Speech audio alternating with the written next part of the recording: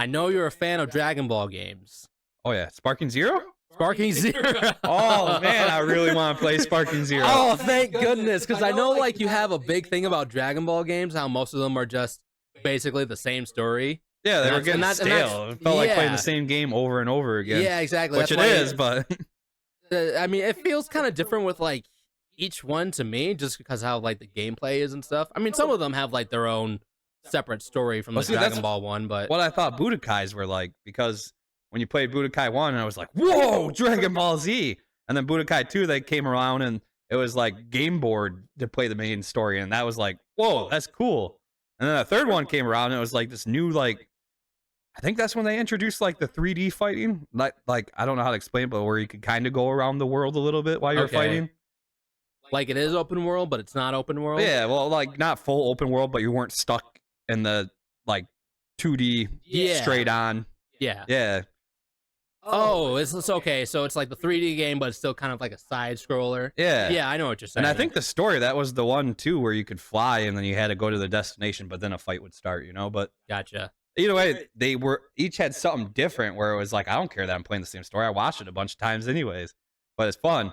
But then, you know, they got to a point where they kept on releasing it. And I was like, okay, this isn't like, I can't keep on buying Dragon Ball Z games and play the same story with the same kind of fighting.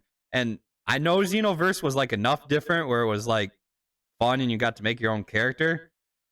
But I think I was so burnt out from Dragon Ball Z games that when I was playing, I was just like, I don't want to do this. Yeah. But I never did play Xenoverse 2, so maybe that was the problem.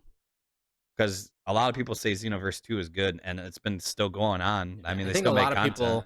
I mean, I still think a lot of people enjoyed Xenoverse 1. I mean, there were a lot of problems with it, but once Xenoverse 2 came out, it felt like they actually like listened to the people who were like, hey, this is like the problem with the game, and they actually went and fixed those problems.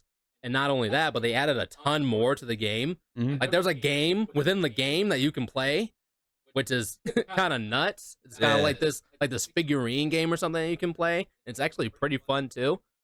But with Sparking Zero, those graphics, it looks so good. It looks so good. I did play when it was free on PlayStation for a little bit. I did try out what's that fighting one that looks really good? It is literally, I know they're all fighting ones, but like the one that actually is like competitive fighting. Oh, Fighters.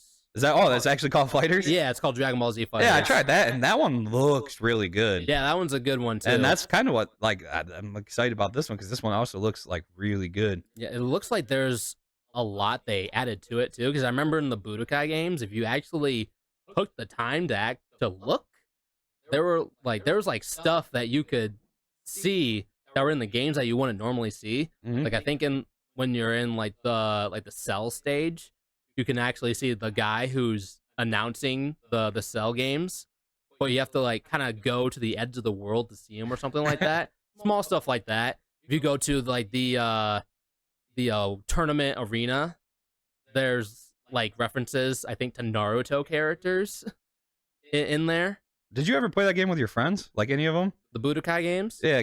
I played I think I played Budokai Tenkaichi 3 with my cousin growing up. Because me and like Nick and like a couple of my other friends, we would always set up the tournaments, and then we'd both pick a character and make sure we're on each side and see if we could end up meeting in the finals for the tournament. Oh. Or if we lost, see who won the tournament. But yeah, we'd keep on doing the tournaments. Yeah, the last Budokai game I played was actually, well, I don't think it's technically a Budokai game. I'm not too sure. But it was Ultimate Tenkaichi, which was like the first Dragon Ball game, I think, where you could actually create your own character. Well, Budokai turned into Budokai Tenkaichi, didn't it? Yeah, so yeah, is Ultimate Tenkaichi sort of just like Ultimate Budokai Tenkaichi? Yeah.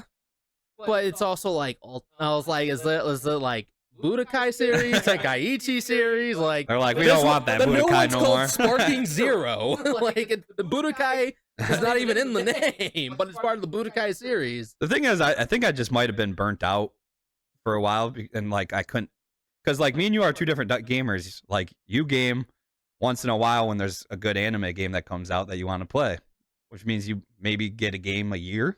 Yeah. Right? Yeah. Fair to say. Me, I play a variety of stuff, like pretty much everything under the sun. So like, I have a bunch of backlog and like a bunch of games that I'm playing. So I think what came down wasn't the fact that like the Dragon Ball Z game wasn't good. I think it was the fact that I was like, I've done this story before. The mechanics are fun, but I can't sink that much hours into this right now because I got so much other stuff to do that I just don't want to spend the time to do all this. I think you would have really enjoyed Fighters because with Fighters, it wasn't really the story that people were really enticed by. It was the fighting, right? It was the actual fighting. The story part was like more bonus content, I would say. They still use that as an active tournament thing, don't they? Like as like in the pro scene, like esports. I have no idea, but it wouldn't surprise me because it is one of those fighting games where you have to do like special combos or whatever, which is something I could just never do. Yeah. So I was like, Same. I can't do the freaking Dragon Fist And because then- it's like analog triangle. It's like, do I swing it this way? Is this way? How do you? I've had some pro fighting players tell me that like a lot of it comes down to blocking. Like they were like, if you can learn to block at the right time and blocking at the right time, they're like, you'll beat like 60 or 70% of the community. Dang. But the thing is, I can't block worth crap either. See, here's the thing. I probably could block. I just choose not to. You're like, hit me in the face. Right. I'll take everything you can give me. Here's the thing. The game looks really good, but I like watching other people play it because they're so much better. And when you get two good people playing it, it's like watching an actual Dragon Ball Z battle. Where when you watch me play it, it's like watching a 4-year-old try to draw Dragon Ball Z. That's because you're actually trying to draw Dragon Ball Z while playing Dragon Ball Z. Yeah.